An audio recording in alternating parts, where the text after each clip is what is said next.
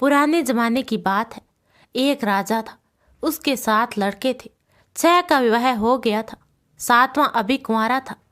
एक दिन वह महल में बैठा था कि उसे बड़े जोरों से प्यास लगी।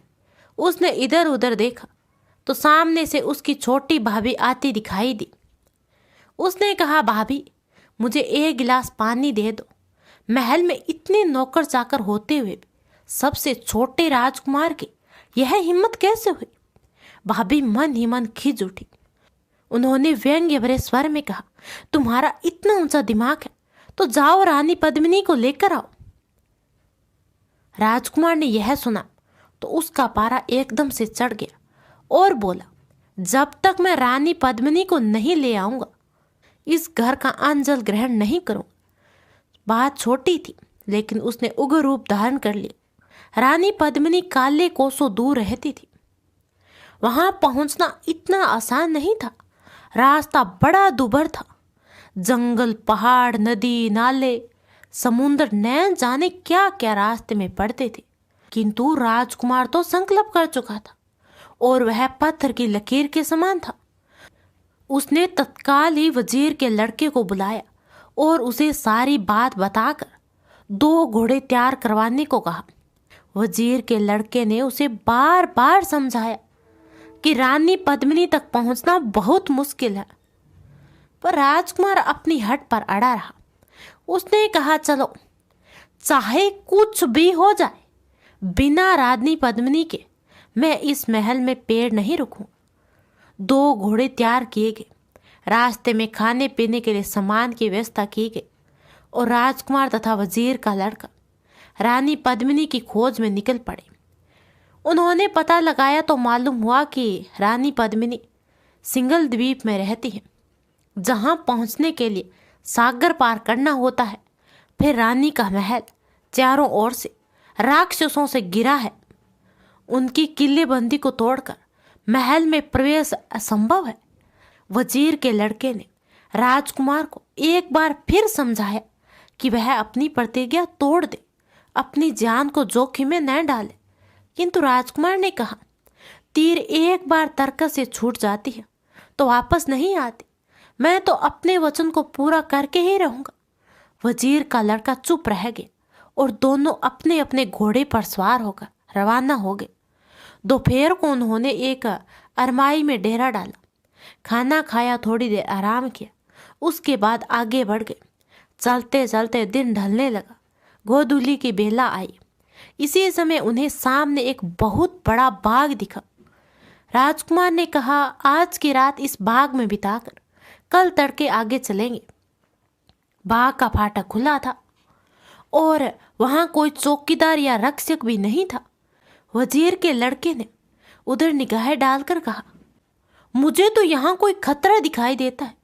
हम लोग यहाँ न रुककर आगे और कहीं रुकेंगे। राजकुमार हंस पड़ा और बोला, बड़े डरपोक हो तुम। यहाँ क्या खतरा हो सकता है? देखते नहीं कितना हरा भरा बाग है। वजीर के लड़के ने कहा, आप मानो या न मानो, मुझे तो लग रहा है कि यहाँ कोई भेद छिपा है। राजकुमार ने उसकी एक नहीं सुनी और अपने घोड़े को फाटक के अंदर बांध दिया। बेचारा वजीर का लड़का भी उसके पीछे पीछे बाग में घुस गया।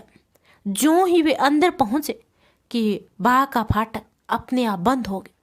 राजकुमार और वजीर के लड़के को काटो तो खून नहीं। यह क्या हो गया?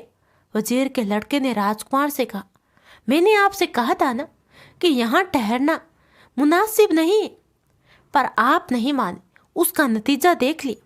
राजकुमार ने कहा, यह सब छोड़ो, अब यह सोचो कि हम क्या करें। वजीर का लड़का बोला, अब तो एक ही रास्ता है कि हम घोड़ों को यहीं पेड़ों से बांध दें और किसी घने पेड़ के ऊपर चढ़कर बैठ जाएं। देखें कि आगे क्या होता है। दोनों ने यही किया। घोड़े बांधकर वे एक ऊंचे पेड़ पर चढ़ गए और चुपचाप बैठ गए। अंधकार फैल गया, सन्नाटा छा गया। राजकुमार को नींद आने लगी। तभी उन्होंने देखा कि हवा में उड़ता हुआ कोई चला आ रहा है। दोनों कांप उठे। हवा का वेग रुकते ही वह आकृति नीचे उतरी। उसकी शक्ल देखते ही दोनों को लगा कि वे पेड़ से नीचे गिर पड़ेंगे। वह एक परी थी। उसने नीचे खड़े होकर अपने इर्द गिर्द देखा। तभी इधर उधर से कई परियां आ गई। उनके हाथों में पानी से भरे बर्तन थे। उन्होंने वहां छिड़काव किया। वह पानी नहीं, गुलाब जल था। उसकी खुशबू से सारा बाग महक उठा। अब तो उन दोनों की नींद उड़ गई और वे आंखें गड़ाकर देखने लगे। वे आगे क्या करती है? हवा में उड़ती एक परी आ रही है। उसी समय कुछ परियां और आ गई। उसके हाथों में कीमती कालीन थी। देखते देखते उन्होंने वे कालीन बिछा दिया। फिर जाने क्या किया कि वह सारा मैदान रोशनी से जगमगा उठा। अब तो इन दोनों के प्राण मुंह को आ गए थे। उस रोशनी में कोई भी उन्हें देख सकता था। उस जगमगाहट में उन्हें दिया कि एक ओर से दूध जैसे फुहारे चलने लगे। पेड़ों की हरियाली अब बड़ी ही मनमोहक लग रही थी। जब वे दोनों असमंजस्य में डूबे उस दृश्यावली को देख रहे थे, आसमान से कुछ परियां एक रत्न जड़ित सिंहासन लेकर उतरी और उन्होंने उस सिंहासन को एक बहुत ही कीमती कालीन पर रख दिया। सारी परियां मिलकर एक पंक्ति में खड़ी हो गई। राजकुमार ने अपनी आंखें मली। कहीं वह सपना तो नहीं देख रहा था। वजीर का लड़का बार बार अपने को धिक्कार रहा था कि उसने राजकुमार की बात क्यों मानी, पर अब क्या हो सकता था। आसमान में गड़गड़ाहट हुई। दोनों ने ऊपर को देखा तो एक उड़न खटोला आ रहा था। यह क्या है? राजकुमार फुसफुसाए। वजीर के लड़के ने अपने होठों पर उंगली रखकर चुपचाप बैठे रहने को संकेत किया। उड़न खटोला धीरे धीरे नीचे उतरा और उसमें से सजी धजी एक परी बाहर आई। वह उन परियों की मुखिया थी। सारी परियों ने मिलकर उनका अभिवादन किया और बड़े भाव से सब सिंहासन पर आसीन कर दिया। थोड़ी देर खामोशी छाई रही। फिर मुखिया ने ताली बजाई। एक परी आगे बढ़कर उसके सामने खड़ी हो गई। मुखिया ने शालीनता से कहा, जाओ उसको ले आओ। जो आ गया कहकर वह परी वहां से चल पड़ी और उसी ओर आने लगी जहां पेड़ पर राजकुमार और वजीर का लड़का बैठा था। दोनों की जान सूख गई। वे अपने भाग्य में क्या लिखा कर आए थे कि ऐसे संकट में फंस गए। परी उसी पेड़ के नीचे आई और राजकुमार की ओर इशारा करके कहा, नीचे उतरो, हमारी राजकुमारी ने तुम्हें याद किया है। राजकुमार हिचकिचाया। उसकी हिचकिचाहट देखकर परी ने कहा, जल्दी नीचे उतरो, हमारी राजकुमारी आपकी राह देख रही। कोई चारा नहीं था। राजकुमार नीचे उतरा और परी के साथ हो लिया। दोनों राजकुमारी के पास पहुंचे तो राजकुमारी सरक कर सिंहासन पर जगह कर दी और कहा, आओ यहाँ बैठ जाओ। राजकुमार ने उसकी बात सुनी पर बैठने की हिम्मत नहीं हुई। राजकुमारी ने थोड़ी देर चुप रहकर कहा, तुम कौन हो? राजकुमार ने धीरे से कहा, मैं राजगढ़ के राजा का बेटा हूं। तो तुम हो राजकुमार? राजकुमारी ने मुस्कुरा कर कहा। राजकुमार चुपचाप खड़ा रहा। राजकुमारी ने कहा, देखो, यहां से कोसों दूर हमारा राज्य है। मैं वहां की राजकुमारी हूं। बहुत दिनों से इंतजार कर रही थी कि कोई राजकुमार यहाँ आए और आज तुम आ गए। इतना कहकर राजकुमारी राजकुमार की ओर एकटक देखने लगी।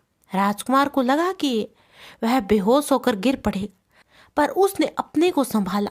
राजकुमारी की मुस्कुराहट और चौड़ी हो गई। बड़े ही मधुर शब्दों में बोली, तुम्हें मुझसे विवाह करना होगा। राजकुमार पर तो मानो बिजली ही गिर गई। उसने कहा, यह नहीं हो सकता। क्यों? राजकुमारी ने थोड़ा कठोर होकर पूछा।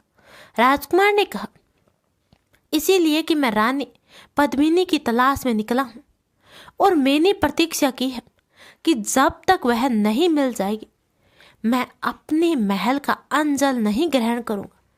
राजकुमारी ने बड़े तरल भाव से कहा, ओ ये बात है। मैं नहीं चाहूंगी कि तुम अपनी प्रतीक्षा को तोड़ो। प्रतीक्षा बड़ी पवित्र होती है, उसे तोड़ना नहीं चाहिए।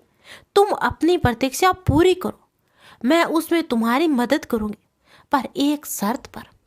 राजकुमार ने कहा, वह शर्त क्या है? राजकुमारी ने कहा, पद्मिनी को लेकर तुम यहाँ आओगे और मेरे साथ शादी करके अपने राज्य को जाओगे। राजकुमार ने कहा, इसमें मुझे क्या आपत्ति हो सकती है? राजकुमारी थोड़ी देर मौन रही, फिर बोली, तुम सिंघल द्वीप तक पहुंचोगे कैसे? राजकुमार बोला, क्यों, वहां पहुंचने में क्या दिक्कत है? राजकुमारी हंसने लगी और हंसते हुए कहा, तुम बड़े ही भोले हो। अरे वहां पहुंचना हंसी खेल नहीं है, रास्ते में एक जादू की नगरी पड़ती है। सिंहल द्वीप का रास्ता वहीं से होकर जाता है, कोई भी तुम्हें अपने जादू में फंसा लेगा। राजकुमार ने हैरान होकर कहा, तब क्या करेंगे? राजकुमारी ने कहा, तुम उसकी चिंता न करो, यह लो, मैं तुम्हें एक अंगूठी देती हूँ। तुम जब तक इसे अपनी उंगली में पहने रखोगे, तुम पर किसी का जादू असर नहीं करेगा। इतना कहकर राजकुमारी ने एक अंगूठी उसकी ओर बढ़ा दी। राजकुमार ने कहा, राजकुमारी, मैं तुम्हारा यह एहसान कभी नहीं भूलूंगा। राजकुमारी ने कहा, इसमें एहसान की क्या बात है, इंसान को इंसान की मदद करनी चाहिए। तुम्हारी यात्रा सफल हो और तुम्हारी प्रतिज्ञा पूरी हो। राजकुमार ने उसका आभार मानते हुए सिर झुका दिया। रात बीतने वाली थी। राजकुमारी उठी और अपने उड़न खटोले पर बैठकर चली गई। परियों ने सारा सामान समेटा और वे भी अपनी अपनी दिशा को प्रस्थान कर गई। राजकुमारी से विदा होकर राजकुमार डगमगाते पैरों से पर खुशी खुशी वहां से आया, जहां वजीर का लड़का बड़ी ही व्यग्रता से उसकी प्रतीक्षा कर रहा था। राजकुमार को सही सलामत लौटा आया देखकर वजीर के लड़के की जान में जान आई। वह पेड़ से उतरा। राजकुमार ने उसे आप बीती सुनाकर कहा, देखो, कभी कभी बुराई में भी भलाई निकल आती है। फिर दोनों ने अपने अपने घोड़े तैयार किए और उन पर सवार होकर चल पड़े। जैसे ही वह फाटक पर आए कि वह खुल गया, दोनों बाहर हो गए। राजकुमार ने चलते चलते कहा, यह तो पहला पड़ाव था, अभी तो न जाने कितने पड़ाव और आएंगे। वजीर का लड़का गंभीर होकर बोला, यहाँ से तो हम राजी खुशी निकल रहे हैं, पर आगे हमें होशियार रहना चाहिए। वे लोग जादुई बाग से कुछ ही दूर गए होंगे कि आसमान में काले बादल घिर गए। खूब जोर की वर्षा होने लगी। वे एक घर में रुक गए। दोनों रात भर के जगे थे। राजकुमार लेट गया और गहरी नींद में सो गया। वजीर के लड़के को नींद नहीं आई। वह बैठा रहा। अचानक देखता क्या है कि बगल के कमरे से एक काला नाग आया। यह उसी घर का था। अपने घर में उन अजनबी आदमी को देखकर वह गुस्से से आग बबूला हो गया। वह बड़े जोर की फुंकार मारकर राजकुमार की ओर बढ़ा। राजकुमार तो बेखबर सो रहा था। वजीर के लड़के ने म्यान से तलवार निकालकर सांप पर वार किया और उसके 2 टुकड़े कर डाले। फिर तलवार से उसे एक कोने में पटक दिया। बाहर अब भी पानी बरस रहा था।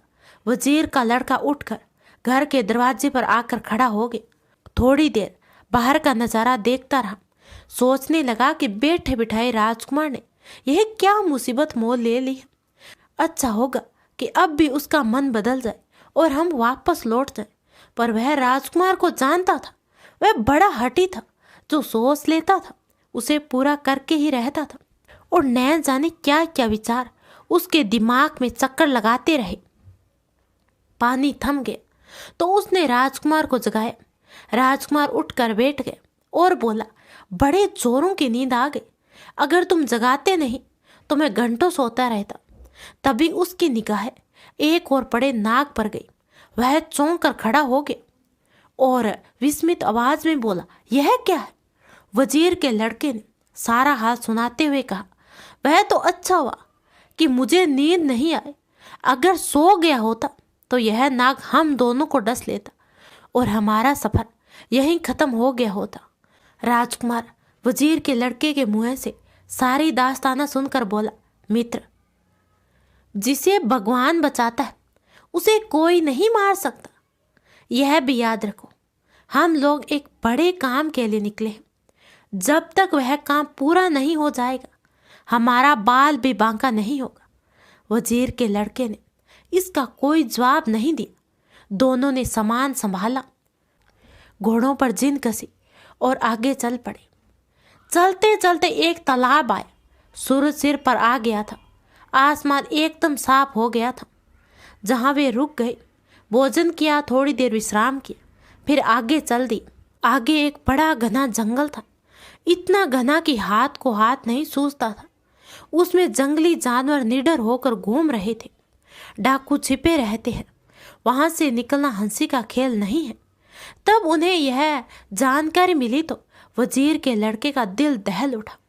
उसने राजकुमार की तरफ देखा, पर राजकुमार तो जान हथेली पर लेकर निकला था। उसने कहा, अगर हम इन छोटी छोटी बातों से घबरा जाएंगे तो कैसे काम चलेगा। दोनों उस जंगल में घुस गए। जैसा बताया था उन्होंने वैसा जंगल पाया।